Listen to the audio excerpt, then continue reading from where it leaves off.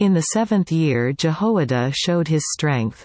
He made a covenant with the commanders of units of 100 Azariah son of Jeroham, Ishmael son of Jehohanan, Azariah son of Obed, Maaseiah son of Adiah, and Elishaphat son of Zichri. They went throughout Judah and gathered the Levites and the heads of Israelite families from all the towns. When they came to Jerusalem, the whole assembly made a covenant with the king at the temple of God. Jehoiada said to them, "The king's son shall reign, as the Lord promised concerning the descendants of David. Now this is what you are to do: a third of you priests and Levites who are going on duty on the Sabbath are to keep watch at the doors. A third of you at the royal palace and a third at the foundation gate, and all the other men are to be in the courtyards of the temple of the Lord. No one is to enter the temple of the Lord except the priests and Levites on duty. They may enter because they are consecrated. But all the other men are to guard what the Lord has assigned to them. The Levites are to station themselves around the king, each man with his weapons in his hand. Anyone who enters the temple must be put to death. Stay close to the king wherever he goes." The Levites and all the men of Judah did just as Jehoiada the priest ordered. Each one took his men, those who were going on duty on the Sabbath and those who were going off duty for Jehoiada. The priest had not released any of the divisions. Then he gave the commanders of units of 100 the spears and the large and small shields that had belonged to King David and that were in the temple of God.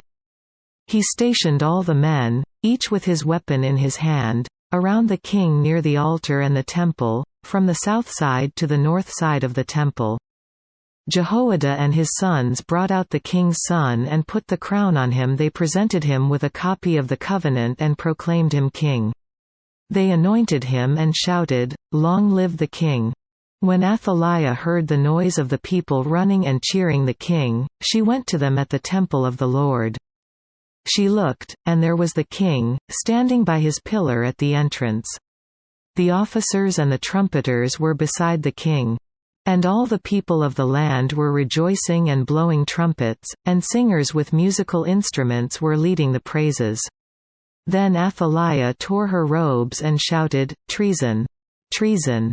Jehoiada the priest sent out the commanders of units of 100, who were in charge of the troops, and said to them, "Bring her out between the ranks and put to the sword anyone who follows her." For the priest had said, "Do not put her to death at the temple of the Lord." So they seized her as she reached the entrance of the horse gate on the palace grounds, and there they put her to death. Jehoiada then made a covenant that he and the people and the king would be the Lord's people. All the people went to the temple of Baal and tore it down.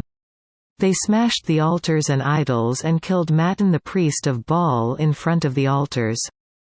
Then Jehoiada placed the oversight of the temple of the Lord in the hands of the priests, who were Levites, to whom David had made assignments in the temple, to present the burnt offerings of the Lord as written in the law of Moses, with rejoicing and singing, as David had ordered. He also stationed doorkeepers at the gates of the Lord's temple so that no one who was in any way unclean might enter.